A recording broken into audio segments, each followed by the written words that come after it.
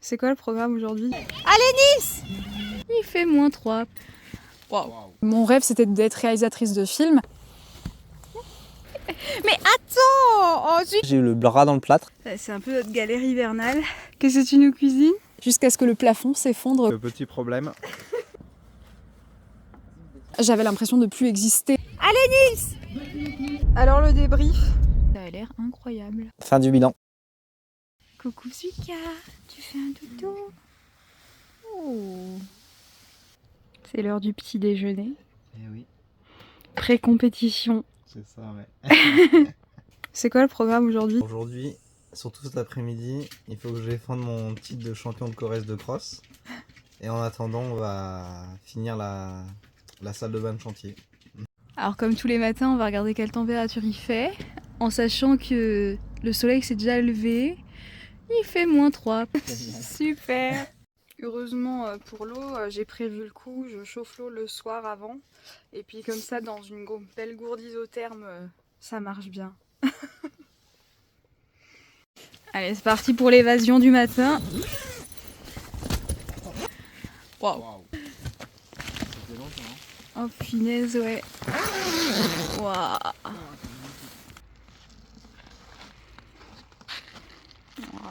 Il fait trop beau. On est super content parce que on vient d'enchaîner une semaine où il arrêtait pas de pleuvoir, de faire moche et tout. Donc notre ruisseau est bien en train de couler là. Et puis là on enchaîne sur 2 semaines de très beau temps. Donc ça va être trop bien. On va bien en profiter là.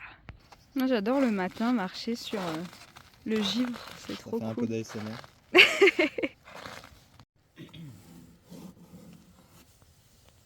Bon alors on a presque fini la porte donc ça va être le moment d'enlever le drap. Sauf que petit problème, il est tout gelé. Oh putain. Je sais pas si je vais réussir. Oh là là les schlags. Oh là là. Non mais avec le soleil on peut attendre. Hier le dernier projet c'était ça. Donc faire la porte de notre salle de bain là pour enlever ce, ce vieux drap. Et du coup juste la fixer là sur les boujons. Il y aura juste à recouper droit ici et puis on pourra la placer.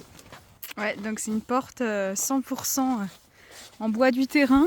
Le cas. Majoritairement du noisetier. Ouais, noisetier Et de l'acacia aussi. et acacia. Trop beau. Ici je viens juste couper l'autre côté. Parce que l'autre côté j'avais bien cloué à ras-bord. Et là je vais juste finir ici. Je n'utilise pas de scie circulaire parce qu'on est assez tôt et j'ai pas envie de déranger les voisins par respect pour eux.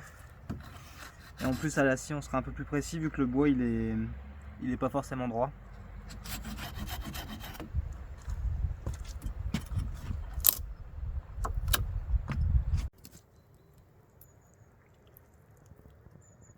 Dans cette vidéo, en plus de suivre notre quotidien sur cette journée un peu particulière, on fait aussi le bilan de 2024 parce qu'il s'est passé plein de choses et surtout déjà au niveau du projet. Déjà en début d'année, on a reçu un appel. C'est ça, on a la vendeuse qui nous a appelé pour savoir si on voulait 2 parcelles supplémentaires, ce qui équivalait à 5500 m² et on a forcément dit oui directement. Ouais, c'était juste collé au terrain. Ouais, on a eu ça gratuitement donc c'est vraiment chouette. Ouais. L'enjeu sur janvier et février, c'était vraiment de refaire totalement notre permis de construire nous-mêmes parce qu'on avait déjà fait un permis qui avait été refusé sur une autre commune. Du coup, on a dû tout réadapter pour ce nouveau terrain. Voilà, ça nous a pris un peu de temps. Mais du coup, on l'a déposé fin février. Ouais. Et début février, on avait pu signer le compromis de vente avec petite astuce pour celles et ceux qui sont dans la même situation avec un habitat atypique. Si vous savez pas trop si vous allez avoir votre permis accepté ou pas, vous mettez simplement une clause suspensive dans votre compromis de vente, comme ça vous n'êtes pas obligé d'acheter le terrain si votre permis est refusé. Voilà. C'est ça. Ensuite, on a commencé des chantiers participatifs. Ouais. On a commencé chez des amis Alban et Guillaume à monter une yourte mongole pour le coup. Nous, ce sera une yourte contemporaine. Et on a aussi fait des chantiers sur une yourte contemporaine. Toi, tu y as été en avril. En avril, ouais. Et on y est retourné en juillet et en août. Et on a participé, c'était à l'éco-hameau du Touneau, qui est un village de yourtes. On a aidé à monter 2 yourtes. 2 yourtes, ouais. Dont une qui fait 9,5 mètres. C'est assez énorme de diamètre, hein, donc c'est environ 100 mètres carrés. 100 mètres carrés, de surface. C'était un truc de fou et c'était trop beau. C'était magnifique cette yourte. C'était dingue, ouais. Ensuite, on a obtenu le permis de construire. Ouais, en avril. En avril, on a obtenu le permis de construire et on a dû faire venir un huissier de justice pour venir confirmer qu'on avait bien posé le panneau et pour les 3 mois. Pendant le délai des tiers. Donc il y a 2 mois pour que les gens puissent contester en fait. Et il y a aussi 3 mois du coup pour que l'administration revienne sur sa décision. Et donc on a fait venir un huissier de justice parce que comme ça, c'est la seule preuve légale actuellement. En fait, si quelqu'un voulait contester le permis après la fin des 3 mois, il peut plus comme le panneau était bien affiché et constaté par un huissier de justice pendant 3 mois. Donc ça c'était important. Ça coûte quand même 300 €. 300 €. Ouais, voilà. Donc c'est un truc à savoir, mais bon, c'était pour sécuriser le terrain, quoi. C'est ça, parce que si on a un projet un peu atypique, donc on sait jamais. Courant de l'été, on a eu un petit souci dans notre appartement, parce qu'à la base, on voulait vraiment, enfin, on comptait vivre dans un appartement pas loin du terrain pendant le chantier. Courant de l'été, on a eu un énorme dégât des eaux. Ça a commencé par du petit goutte à goutte sympa, des poches au plafond, jusqu'à ce que le plafond s'effondre complètement. Voilà, c'était sympa. Ça nous a poussé un petit peu à revoir nos plans. Pour la petite anecdote, le plafond, il s'est effondré le jour où on a pu acheter le terrain. C'est ça, ouais. Avec cette catastrophe, on a essayé de se demander, est-ce qu'on ne pourrait pas vivre sur le terrain directement? On avait déjà des connaissances qui vivaient en temps de cloche comme celle-ci sur un terrain pendant leur chantier. Donc ça nous a beaucoup inspiré. On a vite réagi. On s'est demandé comment on peut faire. C'est comme ça qu'on est arrivé sur le terrain en construisant la terrasse, la vidéo que vous avez peut-être déjà vue sur la chaîne. Construction de la terrasse et on a emménagé sur le terrain et on a déménagé directement tout notre appart sur le terrain. Ouais, donc d'abord en tente Quechua, toute petite tente, et puis ensuite dans cette grande tente de 30 mètres carrés. Voilà, et puis du coup on s'est installé début octobre dans cette grande tente. Puis depuis, c'est la préparation du chantier et l'adaptation aussi à la vie en tente et la vie sur le terrain, parce que mine de rien, en fait, nous on s'est installé en automne-hiver. C'est ça, la meilleure période. les meilleures saisons. Surtout quand on vous annonce que le terrassement ne pourra pas se faire avant mars et que tous les projets dépendent du terrassement. On ne peut pas avancer sans le terrassement. Bon, donc ça laisse la place aussi à d'autres projets, plantation d'arbres, ce genre de choses. Et de toute façon, on avait déjà plein d'autres choses à faire, donc c'est pas grave. Voilà, mais du coup, on a passé quelques mois à apprivoiser un petit peu le terrain, observer des trucs, c'était sympa. C'est ça, c'est important. Voilà, et puis à continuer notre petite vie, parce qu'en fait, on a beau vivre en tente, c'est une vraie vie, quoi. Enfin voilà. Et du coup, c'était vraiment très sympa. Puis voilà, là maintenant, on est en janvier et il y a plein de choses qui arrivent. C'est ça, ouais. Mais demain, on fait notre phytoépuration. C'est ça.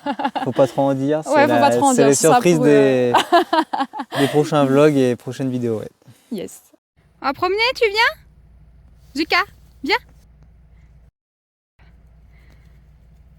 Hey.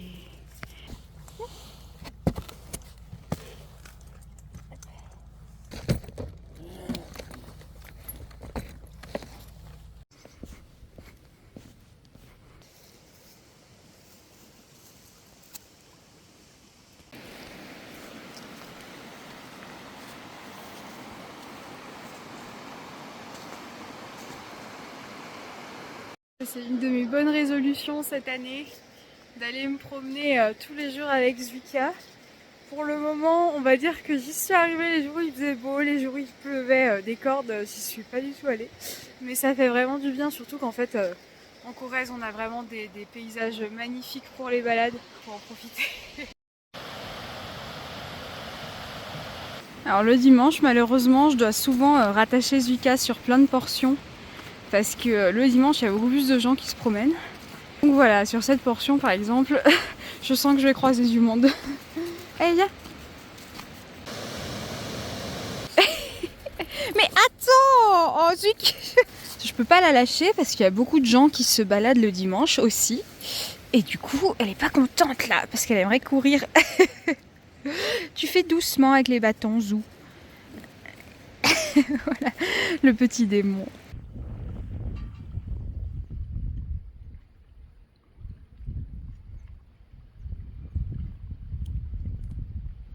C'est un peu notre galère hivernale.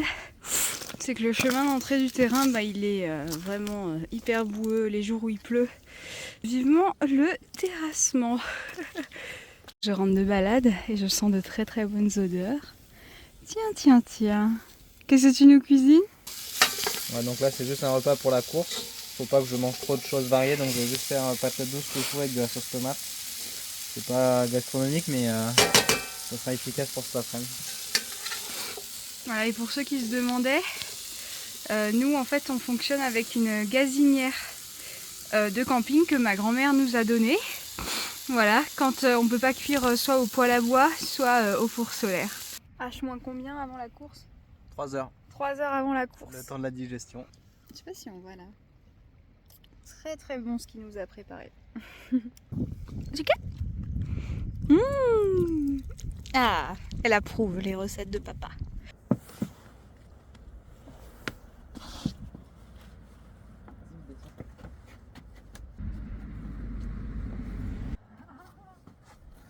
Oh punaise! En place Un truc pour la bloquer, ouais. Et voilà le résultat, c'est vraiment trop joli. Ça donne vraiment un style particulier, je trouve, c'est vraiment trop beau. On va attaquer la phase des bilans perso. Mon bilan personnel de l'année, ça va être aussi pas mal sportif vu que je fais beaucoup de sport à côté, je fais beaucoup de courses à pied. Donc j'ai débuté l'année en étant champion de Corrèze de cross pour la première année en Corrèze, donc c'est vraiment super. Et vous verrez prochainement dans cette vidéo si j'ai réussi à tenir le titre ou pas. Surprise. Ensuite, j'ai réussi à me qualifier au championnat de France de semi-marathon. Donc j'ai fait 1h15 et 27 secondes pour ceux qui connaissent un peu la course à pied. J'ai fait beaucoup de podiums aussi. Je crois que j'ai dû faire un peu moins de 10 podiums et 7 victoires à peu près sur des courses locales aux alentours et aussi dans le nord. J'ai fait des compétitions avec mon grand frère aussi, ça c'était super chouette, avec Valentin, si tu regardes la vidéo. Salut. Et ça c'était vraiment cool, on a fait un raid, c'est un enchaînement de plusieurs épreuves et on a fait aussi run and bike et c'était super chouette. Ensuite l'été je suis allé aux Jeux Olympiques avec mes frères, donc ça c'était vraiment sympa. On a pu aller à Paris et vivre l'ambiance des Jeux Olympiques, ça s'est super bien passé, donc ça c'était une belle expérience aussi. Ensuite j'ai aidé de plus en plus Aline sur le compte à partir du printemps. J'ai vraiment aimé aider Aline sur le compte. Depuis qu'elle a débuté elle était plutôt seule et là je lui ai donné des coups de main sur le montage, à tenir la caméra, bon ça je le faisais déjà un peu mais à donner des idées de contenu tout ça.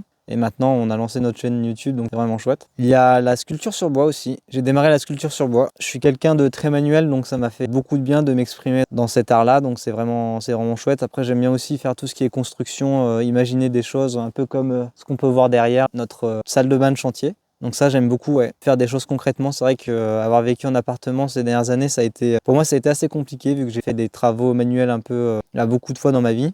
Et d'avoir été en appart pendant quelques années, ça m'a un peu fait mal, je pense. Et du coup, sur le terrain, concrètement, ça me fait beaucoup de bien pour explorer plein de choses. Et sinon, après, pour le projet, c'est vraiment chouette. On a réussi à trouver un terrain, à l'acheter, tout ça. Maintenant, on vit dessus. Donc ça, c'est vraiment un truc qui me rend vraiment heureux. Ce qui me fait aussi beaucoup de bien, c'est de jouer avec mes frères. Je vais faire une autre dédicace, Léo Lorenzo, mes compatriotes de League of Legends, ceux qui connaissent. Ça me fait beaucoup de bien aussi de jouer à ça de temps en temps. Fin d'année, quand on a fait du bûcheronnage, j'ai eu le bras dans le plâtre. Donc c'est peut-être une des seules choses qui m'a un peu ennuyé cette année. J'ai eu le bras dans le plâtre pendant un mois et après j'ai eu beaucoup de rééducation sur le pouce. Maintenant ça va beaucoup mieux, j'ai pu retrouver ma mobilité. Je continue de faire un peu de kiné, mais c'est vraiment par rapport à ce que j'ai eu quand même de la chance. Dans mon malheur, j'ai plutôt eu de la chance, donc c'est quand même plutôt bien. Aline m'a organisé un super anniversaire surprise pour mes 30 ans.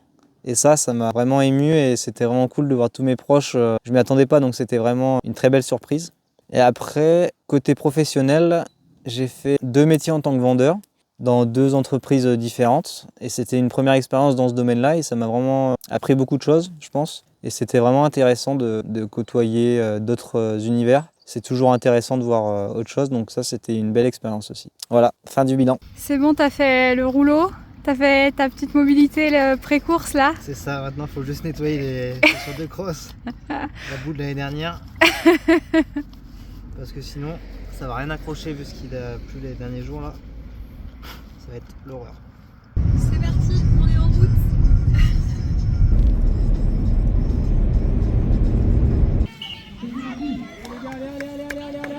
Allez Nils!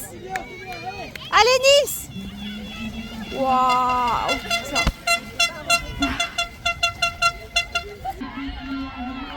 Allez Nils!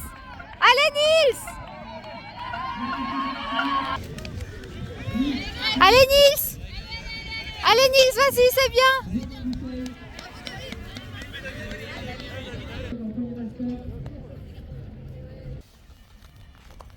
Allez, c'est bien, super mon cœur! Allez Nils, c'est bien! Allez, bravo, bravo!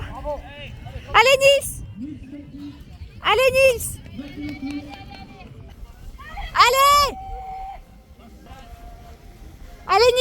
c'est bien. C'est bien, super. Allez Nils. Voilà l'outfit post-course. Voilà, génial. Ça se voit qu'on a tout donné.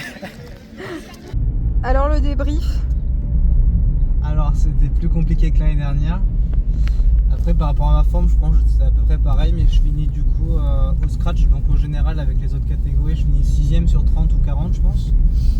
Et après dans ma catégorie, je pense que je dois finir 3ème ou 4ème, mais ça j'ai pas encore vu. Mais sinon on a fait 8 km je crois, je les ai fait en 30 minutes, donc ça fait à peu près 15 km/h dans de la boue, dans de la montée, descente, tout ça, donc je pense que c'est quand même correct par rapport à mon niveau, donc ça va, je suis content, c'est ma première course depuis que je me suis blessé au genou il y a quelques mois, donc déjà je suis content d'avoir pu recourir. Là sur la course je me suis quand même senti bien, c'est juste que j'étais peut-être pas aussi en forme que si je m'étais pas blessé, mais après ça va, je suis plutôt content dans l'ensemble. Là on a fait des pois chiches au four. Le four est monté assez haut en température. Ça a l'air. C'est façon poulet rôti, donc huile d'olive, pois chiches, herbes de Provence et sauce soja. Et ça a l'air incroyable. Et aussi pour fêter pour ce soir, on a pris un petit champomis. Voilà, pour fêter la course. Ça fait plaisir. Allez, santé champion. Du coup, je suis à ma petite place de reine là. Bon, alors, on est d'accord, c'est pas une assiette diététique ou quoi que ce soit. C'est les pois chiches grillés avec des gnocchis, mais vraiment là, on se fait plaisir. À côté du feu, bien posé sur nos petits matelas, c'est trop bien. Trop bon. Comme toujours, le rapace est arrivé. Elle adore les pois chiches.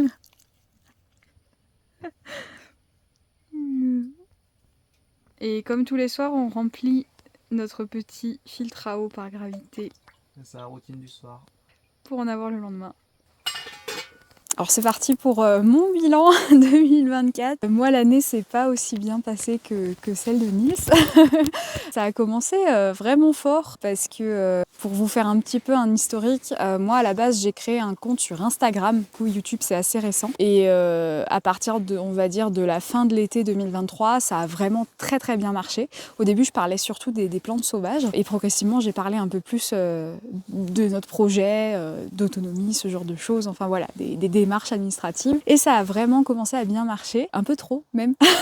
Pour moi, en tout cas un peu trop rapidement. Parce que du coup c'était aussi... moi je suis quelqu'un de très très sensible et j'ai eu beaucoup de mal avec les commentaires. Je sais qu'il faut passer au-dessus un petit peu et tout ça, mais c'était vraiment quelque chose qui m'a marqué et qui malheureusement a eu un gros impact en 2024 parce que j'ai passé déjà l'hiver 2023, 2024 était vraiment pas top, c'était pas très bien, je savais pas trop où j'en étais avec le compte parce que je commençais à avoir peur de créer du contenu parce que j'avais peur des commentaires, voilà, pour dire ça clairement. Mais j'ai quand même décidé en janvier de me mettre à temps plein sur le compte parce que voilà, j'avais des opportunités qui se sont ouvertes, des partenariats, ce genre de choses. C'était un rêve vraiment qui se réalisait parce que ça faisait des années, même depuis que je suis toute petite, rêve c'était d'être réalisatrice de films, création de contenu, j'ai fait vraiment un cursus en communication et tout ça dans mes études et je me suis dirigée en fait progressivement là-dedans sans m'en rendre compte et c'est vraiment quelque chose qui me passionne, donc je suis vraiment contente de pouvoir faire ça au quotidien. Mais le problème c'est que je suis tombée un petit peu dans un cercle vicieux, j'ai beaucoup douté de moi-même, j'avais vraiment pas confiance en moi, je restais traumatisée par certains commentaires et je vous rassure il n'y en a pas énormément, quand même les mots font mal, moi je suis vraiment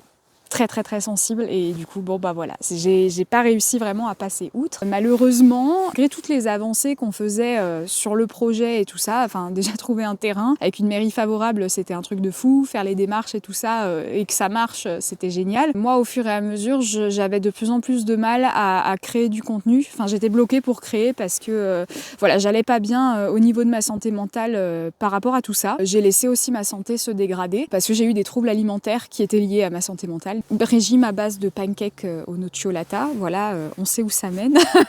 Malheureusement, j'ai commencé la guitare en début d'année, enfin j'ai recommencé.